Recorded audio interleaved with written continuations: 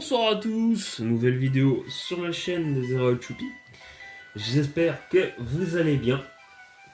Donc après du coup le dernier match de Jason contre Maxime, on est reparti du coup pour la suite évidemment du tournoi par génération. Donc on est au deuxième match évidemment du coup le deuxième match du coup du tournoi du tour 1. Donc c'est moi-même contre Yuna. Donc on est pour le premier match. Donc on va vous montrer un petit peu les teams. Alors moi de mon côté, nous avons du coup en première génération Dracolos. Vous savez que j'aime énormément Dracolos. Oui, alors il y a un Meganium un peu random. Ben ouais, je sais, j'adore Meganium. Je sais qu'il y a beaucoup qui comprennent pas mon choix, mais ça se joue entre Meganium et Raikou, et vous comprenez que jouer deux monos électriques, c'est quand même un peu compliqué. Donc Meganium, pour avoir une rési, c'est quand même assez important, une rési élec. Ensuite, et puis une rési au type sol, aussi, surtout, c'est quand même cool. Le Lagron aussi, évidemment, qui est juste Lagron, qui est incontournable parmi les pokiers. Le Amphinobi, incontournable aussi récemment, le Zeraora, mon Poké signature, et le Corvalus, évidemment, pour la 8G, parmi mes Pokémon préférés. On a quasiment mon top, en vrai. Meganium n'est pas aussi haut, évidemment, dans mon top, mais... Parce qu'en vrai, les Pokémon de la 2G font pas partie de mon top 10, mais là, j'ai pas énormément de Pokémon que j'adore en 2G, mais bon, on doit faire par génération, il faut bien en mettre. Ensuite, du côté de Yuna, on a Nidoking. Ça m'a un peu surpris, je savais pas que Yuna aimait tant que ça Nidoking. On a Noctali, alors ça je suis pas surpris parce que je sais qu'elle a un t-shirt de Noctali. Gardevoir, ça me surprend pas, elle en a parlé. Gouplin, bon bah il est incontournable chez Yuna, c'est son Pokémon préféré. Le Zeraora, je suis pas étonné non plus pour la 7ème génération parce que Yuna jouait très souvent Zeraora spécial avec une herbe, tout ça. Alors, je me rappelle en début de 8G.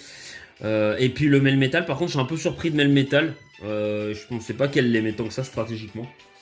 Ça m'a un peu surpris.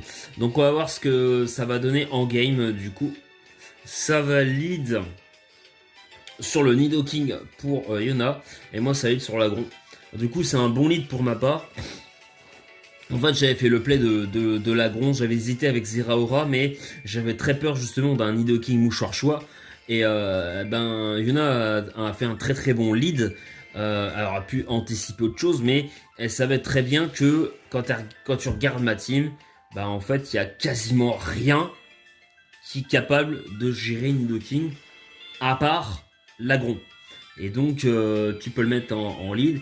Mais d'un autre côté, il n'y a pas non plus en face dans ma team, il n'y a pas grand chose à part Noctali qui peut venir sur l'Agron. Donc, c'est pas non plus. C'est un peu kiff-kiff. Mais Nidoking, vraiment par rapport au move pool, l'Agron est exceptionnel contre lui parce que il résiste au move poison, au stab poison, et surtout, il est souvent joué full speed F, donc il va avoir tendance à très bien tanker les Tailory Force. Mais là, il s'agit du coup de... Voilà, ça va direct sur Umbreon, sur Noctali. Donc moi, j'anticipe. Oui, c'est méga l'Agron du coup. Je mets les pièges de roc. Donc là, on est quand même plutôt pas mal. Enfin, pour l'instant, on est plutôt pas mal. On oblige le Nidoking à partir. On met les PDR. Là, je crois que j'ai fait le bâillement. Alors, c'est en 8G. C'est pour ça que le bâillement est pas ban. Le toxique, par contre. Mais c'est vrai que Brian m'a parlé en MP. C'est mieux de jouer toxique sur l'Agron. Mais voilà, donc là du coup je vais pouvoir faire le flip turn. Alors l'anticipation, j'ai pas compris, il aurait peut-être valu mieux mettre plutôt Melmetal, je pense. Melmetal qui aurait largement apprécié, malgré le flip turn, aurait pu largement tanker et derrière menacer et récupérer de la vie. Je comprends pas mettre le choix du Gouplin là par contre. C'est un peu un sac pour rien, c'est un peu con. Mais du coup moi ça m'aimait bien. Et là je mets le Meganium. Et bon, là, du coup, je vois qu'elle met son Melmetal. Malgré qu'il prend les pièges du roc, il est petit passier, donc il s'en fout un peu. Il prend rien du tout. Mais bon, les pièges du roc sont quand même de mon côté, donc je peux toujours faire du grattage de dégâts. Donc là, oui, je l'ai appelé Niom. J'ai un peu des surnoms à la con des fois, j'avais pas d'idée.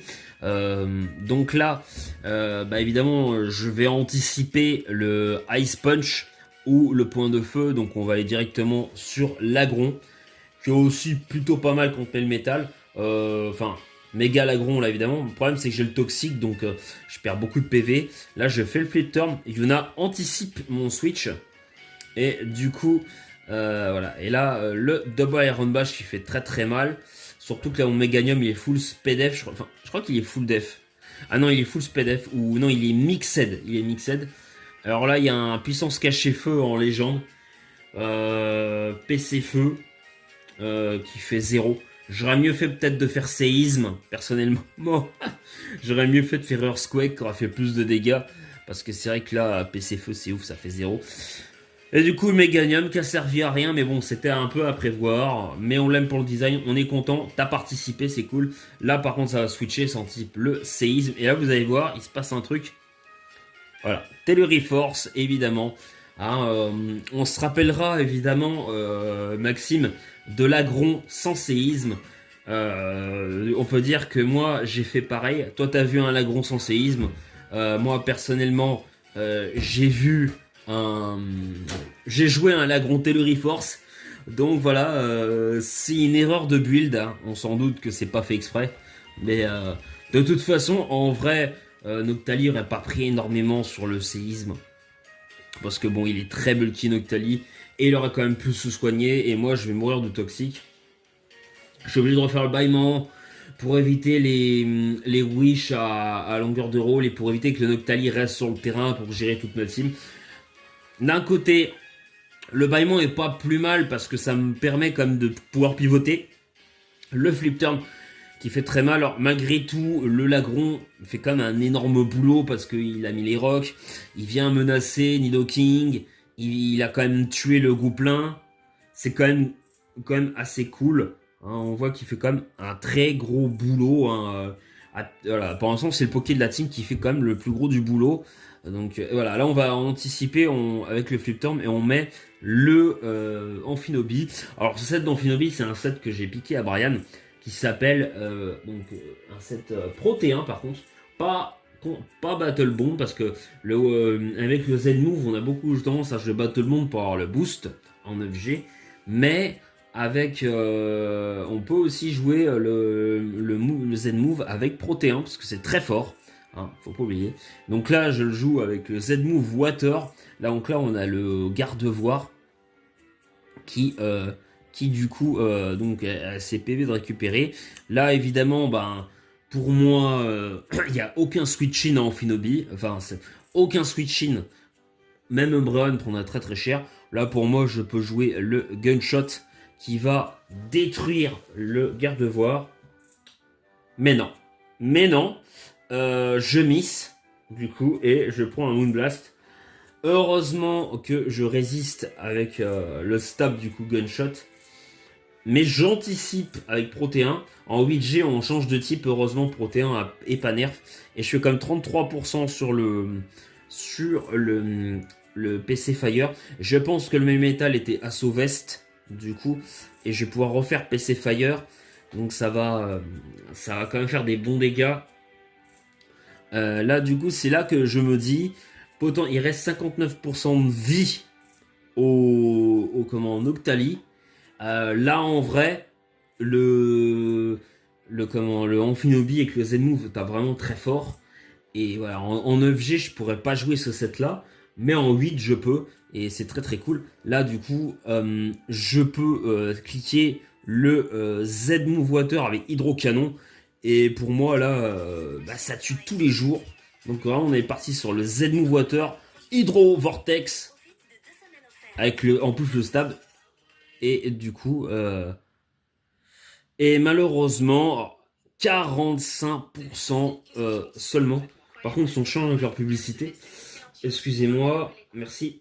Voilà, donc 45% seulement avec le Z-Move. Je vous avoue, perso, je suis un peu dégoûté à ce moment-là.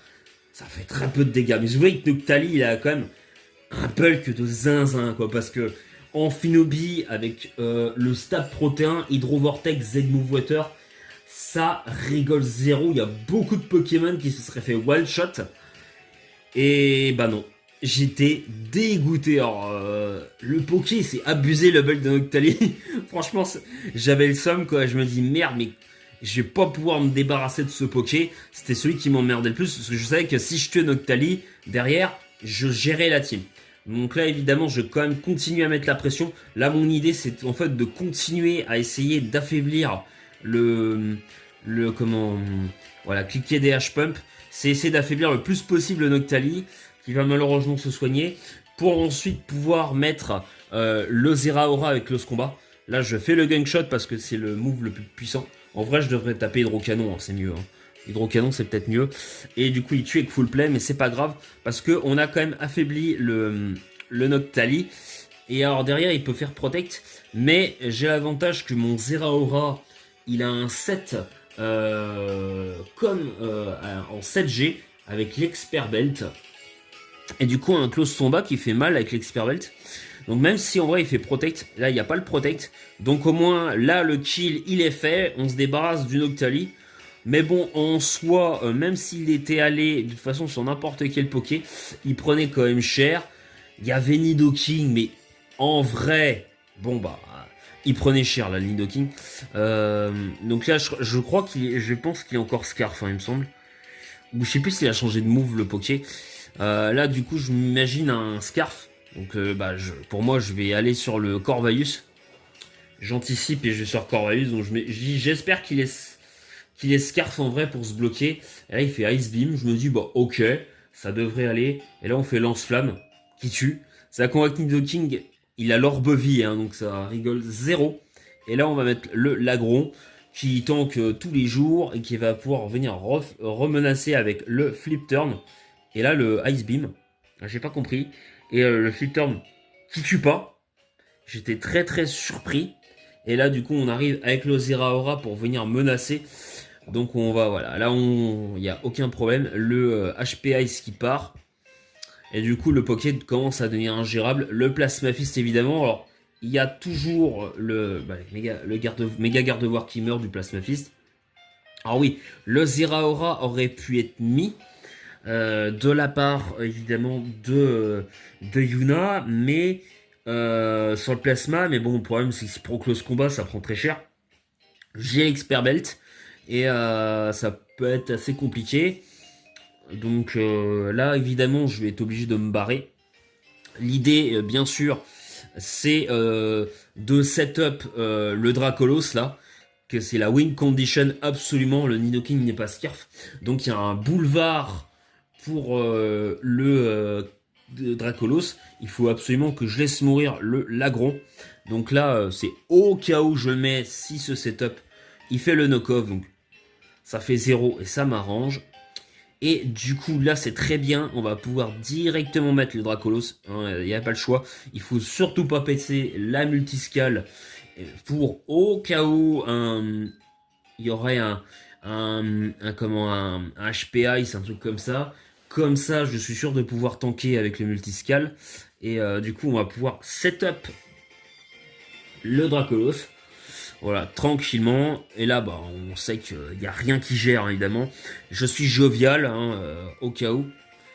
Et c'est quand même assez pratique. Parce que là, au moins, là, on voit que le Zeraora est grosse bot. Donc ça permet de tuer. C'est quand même cool.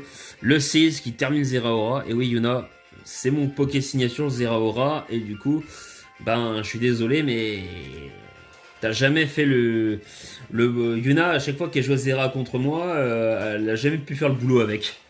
C'est pas de chance. On est parti du coup pour la deuxième game. Merci le kiff de Dracolo, c'est en fan game qui fait le taf. Ça fait toujours plaisir. Du coup, on est parti pour la game numéro 2. Tu l'as brossé, Wallaby? Bah oui. La minette? Tu fais pas les autres, hein. Ah non, j'ai fait le ménage. Alors, donc du coup, donc là on est sur une autre game. Alors j'ai décidé de changer de team, j'étais pas obligé, hein. J'aurais vu que j'ai gagné la première game, mais je voulais, au cas où elle changerait, pas lui laisser le temps de s'adapter, donc c'est pour ça que j'ai directement changé la team. Donc, de ce côté-là, De mon côté, évidemment, on va peut-être commencer par la team de Yuna. Donc on a un Corvaius, toujours Zeraora. Je pense qu'elle l'a gardé pour le speed tier. Un petit, toujours le Delphox évidemment. Serperior, elle a beaucoup joué, moi je me rappelle Gliscor. Ça par contre, je suis un peu surpris que Gliscor soit ses Pokémon préférés. Enfin, aussi stratégiquement, parce qu'il y avait un choix stratégique. Ça me surprend énormément. Et on a un Dracofeu. Alors ça, je suis un peu surpris. Pareil, Yuna Dracofeu, je pensais pas qu'elle aimait vraiment le Poké, donc j'ai un peu surpris. Donc on verra bien ce que ça va donner. De mon côté, évidemment, alors moi par contre, on a vraiment des Pokémon stratégiquement, mais aussi préférés. On a pour la 1G, parce qu'on a le droit à plusieurs Pokémon préférés. Hein. Je rappelle le principe du tournoi, parce qu'on peut faire 2-3 teams au moins, voire même plus. Donc on a pour la 1G, on a Sablero. Évidemment, il y a toujours 2 générations sacrifiées à chaque fois. Sablero. Pour la 3G, j'ai le Latias. Hein, on va dire le Flambuzard pour la 6. Pour la 8, on a Gorithmic. Vous imaginez bien, il n'y a pas Zeraora dans ma team. Le Semiabraz pour la 4G. Et le Tokorico pour la 7. Donc oui, j'aime beaucoup Tokorico. Hein. Il est souvent dans, on verrait, mes types faits préférés. C'est mon type fait préféré, donc ceux qui ont un doute, bah voilà. Donc on va mettre en play. On va voir le lead que ça va donner. On est parti du coup. Ça va aller sur le Gliscor et le lead de Tapu Koko. Je pense que j'avais vu que Tapu Koko pouvait avoir un bon match-up. Mais c'est vrai que quand on voit la team en face, on se dit que qu'il y a beaucoup de Poké qui tapent sur potentiellement le spécial. Et ça sent quand même beaucoup plus un méga Dracofeu Y qu'un méga Dracofeu X, qu'un Y, parce qu'il y a déjà Serperior et Gouplin. Donc ça, je vois pas un Dracofeu Y dans cette team. Donc là il y a Tapu Koko. Alors là vous allez voir, je vais faire un play assez hard hein, sur un deuxième game. J'aurais pas fait peut-être lors du premier match, mais comme j'avais une game d'avance, je me dis que là Yuna va placer les pièges du roc avec son Gliscor et qu'elle va pas anticiper. Je me dis on va taper une plénitude avec le Tokorico, parce que c'est cette plénitude grosse botte je crois. Et là hop. Et ouais, il met ses pièges de roc, j'ai bien anticipé. Et là, du coup, le puissance cachée glace qui va partir. Voilà, hop, terminé, plus de Gliscor. Merci. D'ailleurs, j'aimerais bien le retour de puissance cachée. Là, évidemment, on voit un Dracofeu qui. Donc, on se doute bien que c'est pas le Y. Hein. Alors, j'aurais pu cliquer Glazim Glim, mais en vrai, c'est neutre. Mais je pense que ça fait 0 dégâts. Donc pour moi, là, le meilleur play à faire, c'est de switcher sur Sablero, qui est en fait le seul Pokémon qui est capable de tanker ça. Je me dis là, il va falloir que je fasse un bon play parce que je peux potentiellement me faire sweep si c'est un Mega Dracofeu X. Donc je mets le Sablero. Et du coup, on a le Mega Dracofeu X qui a un boulevard pour pouvoir se setup. Mais je me dis, bon, je suis full dev, je devrais quand même pouvoir tanker une attaque. Et là, le Flare Blitz qui fait énormément de dégâts, mais le Sablero full dev qui tank. Et malheureusement, je me fais brûler. Bah ouais, c'est un peu chiant. Là, évidemment, par contre, il a les dégâts, donc ça c'est cool. Il y a les dégâts du recul du Flare Blitz, heureusement, mais alors, pour l'instant, il a fait le séisme, je crois. Donc c'est bien parce que ça veut dire qu'il peut pas se soigner. Et là, du coup, on a le Simiabraz. Je suis obligé de lui montrer que je suis Scarf. Donc là, je vais essayer de cliquer Close Combat plutôt que Stone Edge, parce que j'ai Stone Edge sur ce set. C'était pas fait exprès, mais c'était au cas où. Le Close Combat. J'avais anticipé aussi un potentiellement type vol. Hein. C'est pour ça que j'avais mis Stone Edge. J'ai pensé pas à Mega Dracofeu X quand j'ai build. Donc là, on a le Delphox. Oracle, ce combat, je me suis dit, ça pourrait peut-être faire le kill, mais je suis pas sûr. On a un Latias qui est free, hein, donc on va switcher dessus.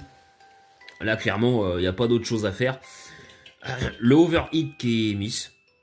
Donc là, on peut méga évoluer et cliquer un Draco Météor. Alors, j'ai pas plénitude sur ce set. Je crois que je joue avec 3 attaques et atterrissage. Je joue Mixed avec séisme, hein, du coup. Parce que séisme, alors pourquoi séisme sur Megalatias? C'est en 7G, c'est joué pour notamment Itran et Tokuriko aussi. Alors, c'est le qui est très joué et sinon bah tu les passes pas en fait. Donc bah Melatias, si tu joues pas séisme, tu passes jamais un Tokuriko. Ah oui, tu peux avoir Psycho, mais bon en vrai ça suffit pas. Séisme fait plus de dégâts parce que c'est enfin plus de dégâts. Fait un grattage avec les pièges de roc. Comme dans 7G, il n'y a pas les grosses bottes. Tu fais du bon grattage, donc c'est quand même super efficace. 63% sur le séisme, vous voyez, ça fait pas grand chose. Mais du coup, le Zeraora là est gratté. Donc c'est quand même plutôt pas mal. Hein. Et on met le Serperior. Là, je mets le Simebra. C'est vrai que j'aurais peut-être pu mettre le Flambusard. Mais du coup, je vais forcer le switch.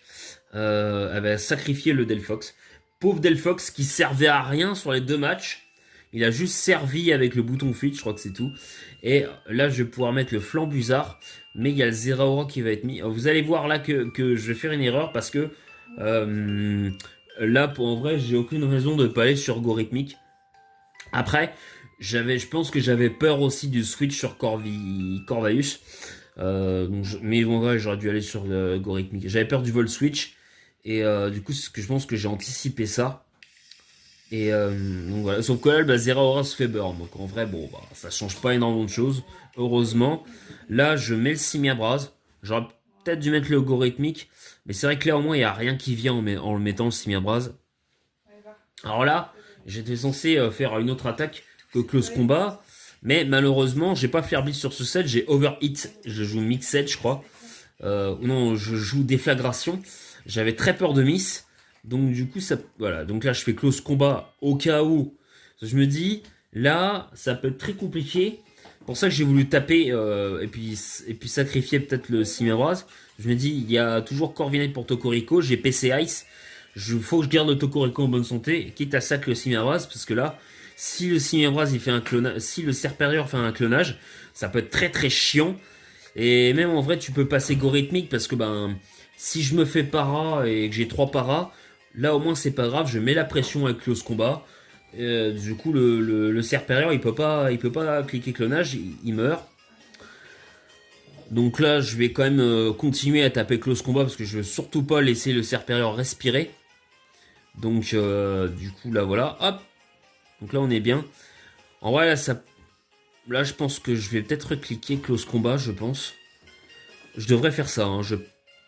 Là vous voyez c'est une erreur parce que s'il met son Serperior, je fais un peu une erreur je pense. Là parce que là si Yuna avait cliqué demi-tour, j'étais vraiment dans la merde. Et là je tapais une plénitude mais j'aurais dû laisser mourir le Simiabras en vrai.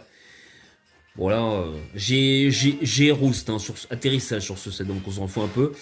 Le T-Bolt qui va finir par tuer le Corviknight évidemment. Et là, on a le Serperior qui va arriver. Vous voyez, j'ai bien fait d'avoir mis la pression quand même pour tuer avec le HP Ice. Et voilà, et là, on fait le kill. Et du coup, on remporte ce BO3. J'espère en tout cas que ce BO3 vous aura plu. N'hésitez pas à liker, commenter, à partager. A très bientôt sur la chaîne de Zero Choupi. Tchuss!